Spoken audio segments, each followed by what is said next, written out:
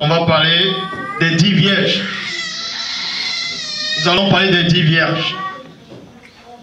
J'avais fait un enseignement déjà par rapport aux 10 vierges pour démontrer que ça ne tenait pas la route par rapport à la polygamie. Parce que Dieu n'est pas un polygame. Quoique ceux qui n'ont pas de cerveau, les mbomboka, ils vont dire... ils vont dire oui, mais Israël s'était considéré comme une femme, ainsi de suite, le peuple, Israël, Juda, ainsi de suite, dans une sorte de polygamie. Mais je dis que c'est faux. Mais si on va entrer par rapport aux 10 vierges, on va vous dévoiler c'est qui exactement les 10 vierges et pourquoi 10 vierges. Pourquoi 10? Le 10 représente quoi dans la parole? On sait qu'il y a eu les 10 commandements, on sait qu'il y a les 10 plaies dans, soi-disant, l'Égypte. Mais les 10 là représentent quoi réellement? Matthieu chapitre 25 verset 1. Dans la traduction, Louis II 1910, l'une des Bibles les plus vendues au monde. Bon, alors le royaume des cieux sera semblable à 10 vierges qui, virgule, ayant pris leur lampe, il y a une virgule, allaient à la rencontre de l'époux. Point. On vous dit ici qu'il y avait 10 vierges. Elles avaient des lampes.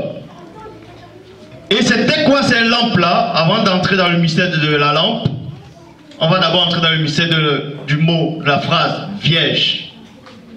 Il y avait 10 vierges. Elles étaient différentes des autres femmes. D'abord, dans le côté spirituel et dans le côté de la prophétie et des initiés. Parce qu'il est dit dans Lévitique, chapitre 21, verset 10, Bible seconde 21, le prêtre. Un prêtre, c'est quoi? C'est un sacrificateur. Quand on dit le souverain sacrificateur, ça veut dire le grand prêtre.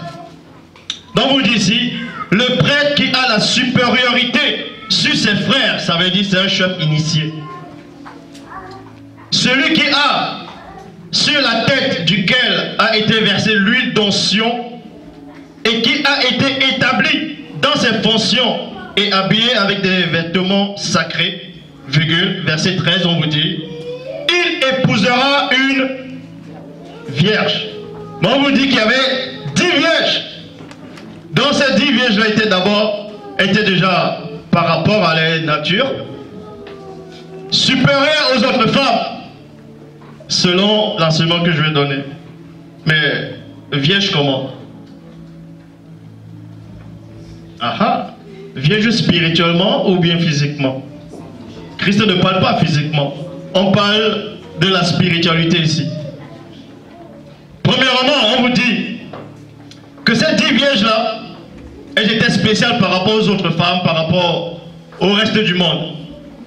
Parce que le grand prêtre devait prendre une femme vierge, qui était vierge spirituellement, qui était déjà nettoyée, qui avait reçu la parole. Parce que cette femme-là avait la lampe, elles avaient la parole. Or, quand tu n'as pas la lampe, quand tu n'as pas la parole, tu es dans les ténèbres. Donc, tu es dans l'obscurité. Et tu ne peux pas appartenir à Dieu. Et dans Somme 119, 105, on vous dit, ta parole est une lampe à mes pieds. Dont les 10 vierges avaient la parole, et elles avaient la faculté de voir les pieds dans l'obscurité qui représentait le monde. Ta parole est une lampe à mes pieds et une lumière sur mon chemin. Dans les 10 vierges au départ, elles avaient la parole et la lampe. Elles étaient pures. Mais pourquoi maintenant on précise, on dit, il y a 5 folles et 5 sages? Depuis quand, si l'époux représente Christ, il va prendre, parmi les vierges, il va prendre des folles. Or, dans Somme, il est dit, le fou dit que Dieu n'existe pas. Mais on ne parle pas de ces folles-là qui disent que Dieu n'existe pas. On va vous dévoiler le mystère des 10 vierges. Matthieu chapitre 25, verset 2. On vous dit, or, dans la traduction Abbé Relais, il est dit, or, 5 d'entre elles étaient quoi? Non, pas folle. Non, pas sage. 5 d'entre elles étaient étourdies.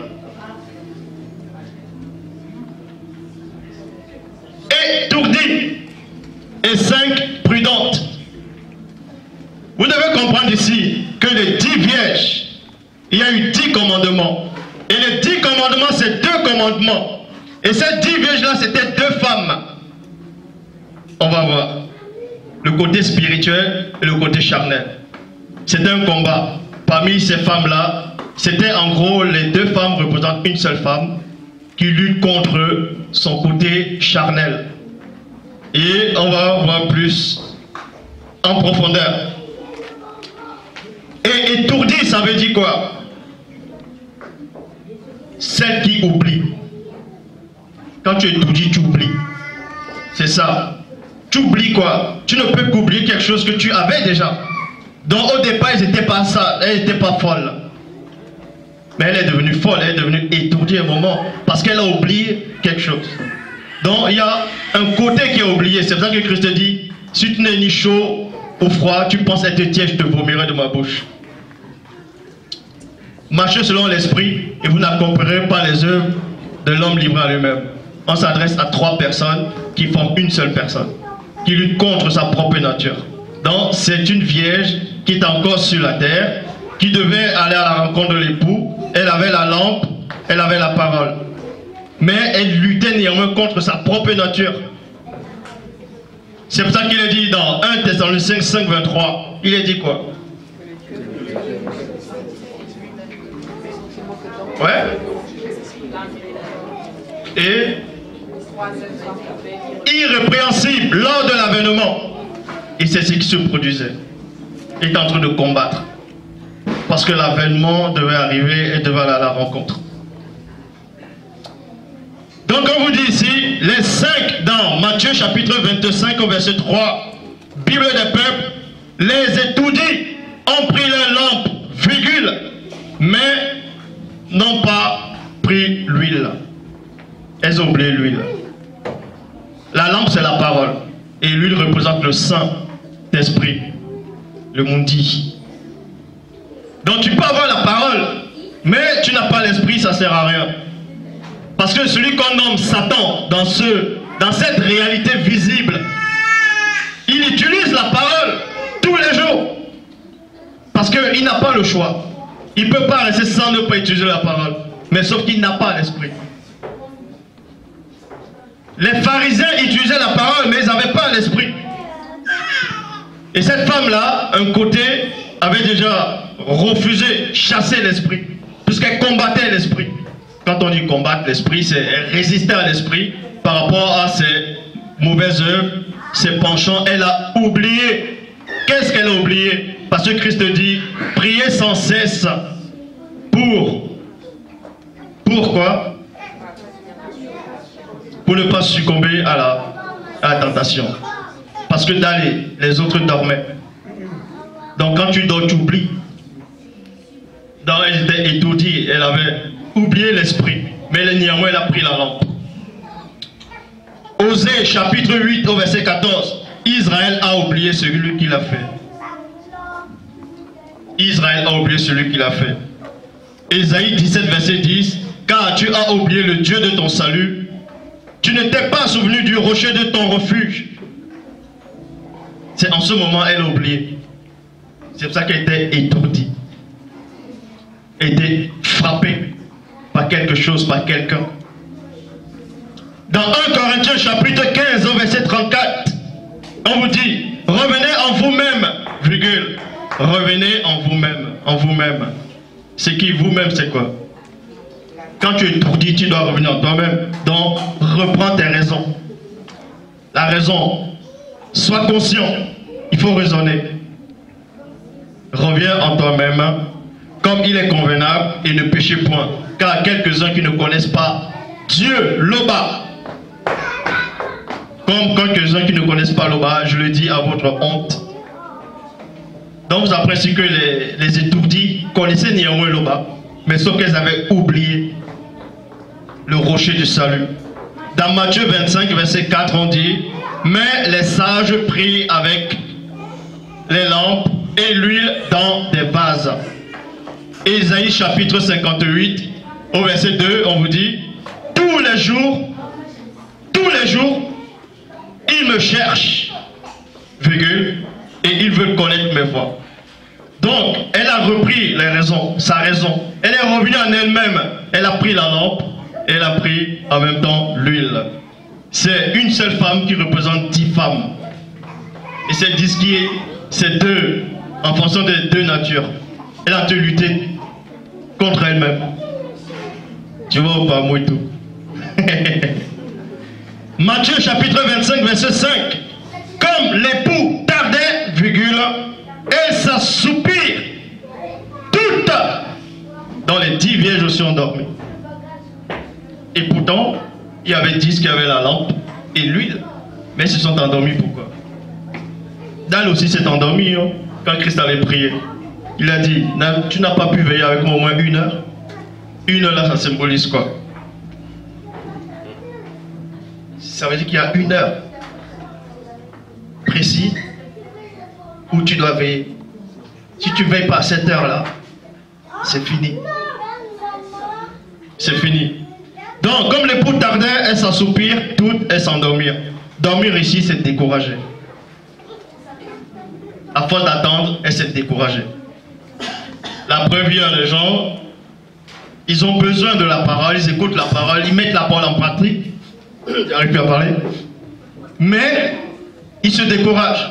Et ils vont faire du n'importe quoi. Faire ce qu'ils aimaient auparavant. Parce qu'ils sont découragés. En cela, on vous dit ici, quand ces femmes étaient en train de dormir, non seulement elles étaient découragées, mais elles recevaient des attaques. Dans Apocalypse chapitre 2, au verset 10, ne crains pas ce que tu vas souffrir. Écoute, le diable va vous mettre à l'épreuve en jetant plusieurs d'entre vous en prison et l'on vous persécutera pendant 10 jours. Pourquoi le 10 sort toujours? On va vous persécuter pendant 10 jours. Donc quand elles sont endormies, le diable est en train de travailler. Sois fidèle jusqu'à la mort, je te donnerai la couronne de victoire, la vie éternelle. Habakkuk chapitre 2 verset 3. Car c'est une prophétie dont les temps sont fixés. Elle marche vers son terme et elle ne mentira pas. Si elle tarde, virgule, attends-la. Car elle s'accomplira certainement. Si elle tarde, ça veut dire, est-ce que Christ va tarder? Puisque dans la parabole, il tardait. Mais oui, puisqu'on a dit, vu que l'époux tardait. Est-ce qu'il y a eu l'embouteillage quand il venait? Est-ce qu'on l'a bloqué là-bas pendant 22 jours? Non. Qui c'est qui va bloquer Christ? Personne. Mais néanmoins, on vous donne. Ce sont des gestes prophétiques. Dans Luc chapitre 1, verset 21. Cependant, virgule, le peuple attendait Zacharie, s'étonnant de ce qui restait si longtemps dans le temple. Parce qu'il avait fini son œuvre, Zacharie. Il fallait qu'il sorte. Mais il ne sortait pas, on dit, mais attends, il prend du temps là, qu'est-ce qu'il fait? Mais il y avait un ange qui est apparu là-bas dedans. Donc, pour que Christ tarde, le Père lui dit, attends. Parce que ce sont des gestes prophétiques. Il dit, attends. Ça ne veut pas dire que Dieu te met à l'épreuve hein, pour voir si tu vas attendre. Non, parce qu'il y a encore quelque chose à régler. Donc, dans Proverbe chapitre 1, verset 20, la sagesse crie dans les rues. La sagesse crie dans les rues. Elle élève sa voix dans les places. Pourquoi la sagesse crie dans les rues? Pourquoi la sagesse crie dans les rues? Puisqu'on vous dit au milieu de la nuit, il y a une voix qui a crié. Réveillez-vous, il y a l'époux qui arrive. Mais c'était qui cette voix-là? C'était quoi cette voix-là? Il y avait 3 personnes. Il y avait l'époux qui arrivait. Il y avait celui qui criait. Il y avait la femme qui attendait. Comment? La trompette. Une voix crie. Mais néanmoins, on vous dit dans Ésaïe chapitre 60, au verset 1. Lève-toi, sois éclairé car ta lumière arrive. Et la gloire de l'aube se lève sur toi. Alors, toutes ces jeunes filles se réveillèrent et se mirent à préparer les lampes. Quand tu prépares quelque chose, ça veut dire... Comment? C'était pas prêt. C'était pas prêt. C'est pour ça que l'époux tardait. Pourquoi l'époux tardait? Parce que s'il venait à l'heure, elle n'allait même pas avoir le temps de préparer les lampes. Donc, le père sait ce qu'il fait. Il ne commet pas d'erreur. Dans la Bible en français, dans la tradition du monde nouveau, on dit: alors toutes ces vierges se levèrent et se mit en ordre leurs lampes. Quand tu mets quelque chose en ordre, ça veut dire que c'était en désordre. Alors qu'ils avaient la lampe et les autres avaient de l'huile. Luc chapitre 12 au verset 35, Bible du semeur. Restez en tenue de travail, gardez vos lampes allumées. Ça veut dire qu'elles ont enlevé les habits. Elles ont mis quoi? Le pyjama. Elles ont mis le pyjama. Mais Luc vous dit ici, dans Luc chapitre 12 au verset 35, restez en tenue de travail, gardez vos lampes allumées. Elles avaient éteint la lampe. Elles devaient se préparer. Donc, gardez toujours la lampe allumée, car vous ne savez quel jour vous allez quitter. Puisqu'il y a ceux qui sont en train de chanter là actuellement, avec le faux JC, là. Ils vous disent que l'enlèvement est imminent. C'est écrit où dans la Bible que l'enlèvement est imminent? Imminent, ça veut dire là, comme ça. Or, Christ a dit, personne ne sait le jour. Donc tu ne peux pas dire que c'est imminent, vu qu'il y a encore des signes qui doivent se produire. Mais ce qui est imminent, c'est quoi? C'est que vous sortez de ce monde. En quittant, à chaque fois que vous allez dormir. C'est un ordre que je vous... C'est pas un ordre plutôt. C'est un conseil que je vous donne. C'est un conseil. À chaque fois que vous allez dormir, rassurez-vous que vous avez la lampe allumée. Parce que quand tu dors, la mort, c'est toujours un sommeil. Et le sommeil, c'est toujours la mort. Quand tu dors, tu ne sais pas ce qui se passe durant ton sommeil. Si tu vas te lever le lendemain. Donc, quand tu fermes les yeux, il faut que quand tu te réveilles, il y a toujours la lumière, cette lampe. L'espérance. Matthieu chapitre 25. Mais avant d'aller dans Matthieu 25, on va dans Job 18 au verset 5. La lumière du méchant s'éteindra et la flamme qui jaillit cessera de briller. Matthieu 25 au verset 8, il dit, dans la tradition abéréenne: or les étourdis dit ô prudentes, donnez-nous de votre huile, car nos lampes sont éteintes. Dans d'autres versions, on dit car nos lampes sont en train de s'éteindre. Non, c'est nos lampes sont. Parce que quand on dit les lampes sont en train, ça dit qu'elles ont néanmoins le Saint-Esprit. Elles ont néanmoins l'huile. Mais là, elles n'avaient plus d'huile. Donne-nous de votre esprit, car nos lampes. Mais donne-moi ton secret. Pourquoi tu es toujours pur? Pourquoi tu es toujours saint? Mais révèle-moi ton secret.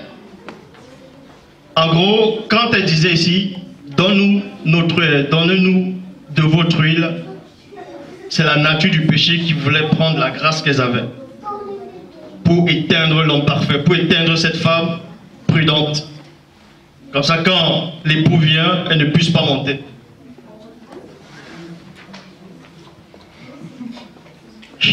Matthieu 25, verset 9, Bible du semeur, il le dit, mais celles-ci leur répondirent, non, il n'y en a pas assez. Il n'y en aura pas assez, il n'y en aura jamais assez pour nous et pour vous.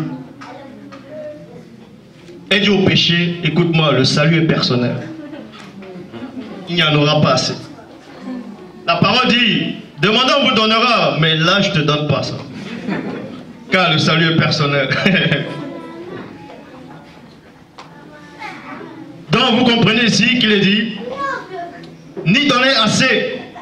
Mais néanmoins on vous dit, dans Matthieu 25, verset 9, comme je viens de lire, mais celles-ci leur répondirent, non, il n'y en aura pas assez pour nous et pour vous. Courez plutôt, vous en achetez chez le marchand. Dans d'autres versions, on dit ben, ceux qui en vendent. Mais c'est le marchand. C'est qui le marchand ici? Est-ce qu'on vend l'huile? Oui? Ismaël a eu une révélation, non? Le marchand qui donne l'esprit, c'est-à-dire l'huile. Dans Somme, chapitre 49, au verset 8, vous allez comprendre pourquoi ces femmes-là ont dit ici, allez plutôt acheter chez le marchand. Le fait de le dire, ça veut dire c'est impossible d'acheter l'huile, c'est-à-dire le Saint-Esprit. C'est ce qui est arrivé par rapport aux apôtres, quand ce sorcier a donné l'argent pour dire, donne-nous un peu de cette puissance-là, que ton argent périsse avec toi, vu que tu as cru que le temps de Dieu, c'est ça qui a pris d'argent. C'est-à-dire le Saint-Esprit. Quand vous faites le miracle, on ne doit jamais vous donner l'argent pour dire, tiens, va guérir telle personne. Tu fais le miracle, on te donne l'argent pour guérir telle personne, c'est une malédiction qui va sur toi. Et ces femmes-là, sages ont compris. Ces femmes prudentes ont compris quelque chose. Elles ont compris que c'est impossible d'aller non seulement acheter l'esprit. Parce qu'en achetant l'esprit, c'est comme si tu vas négocier directement avec Dieu. Tu vas donner l'argent à Dieu pour qu'il te donne la vie. Parce que ces femmes-là, néanmoins, la raison elle est revenue. Elles se sont souvenues que c'était déjà écrit. Dans Somme 49 au verset 8, Bible parole de vie. Mais personne ne peut racheter à Dieu la vie de quelqu'un d'autre, ni donner assez d'argent pour ne pas mourir. Donc elle savait cela. Ton argent, tu peux être milliardaire, Dieu ne regarde pas ça. Parce que tout lui appartient. Tu vas donner quoi à Dieu? Si tu vis dans le péché, ça rapporte quoi à Dieu? Si tu vis dans la sainteté, ça va porter quoi au soleil? Le soleil sortira toujours. Mais tu vis pour qui alors? Benjamin et son père Paul, il vous dit, si tu manges, c'est pour Dieu. Si tu ne manges pas, c'est toujours pour lui. En gros, vous n'avez pas le choix. Vous pensez avoir le choix, vous n'avez pas le choix. Puisque vous respirez quoi? L'air, l'oxygène. C'est pas vous qui avez créé cet oxygène. Ça appartient à Dieu. Ça appartient à mon Père. Ça appartient à votre Père.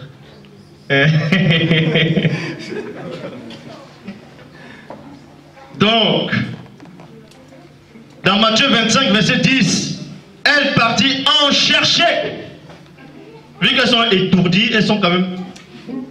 Mais elles vont aller chercher comment? Dans l'obscurité, vu qu'elles n'ont plus de lampe. Elles allaient chercher ça comment? Mais bon, elles sont allées chercher.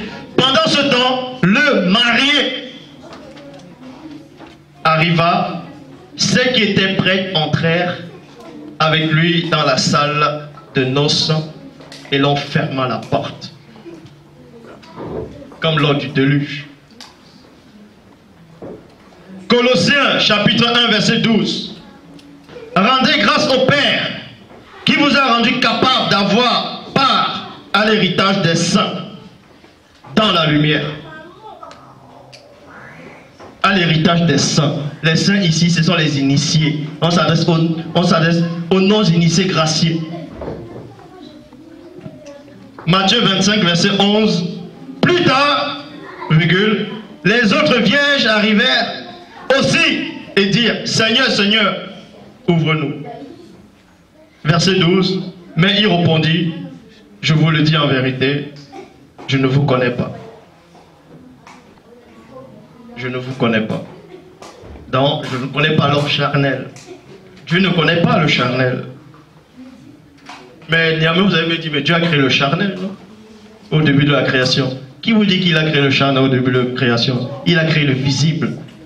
Et le visible a chuté, c'est devenu charnel. Que celui qui a des oreilles pour comprendre.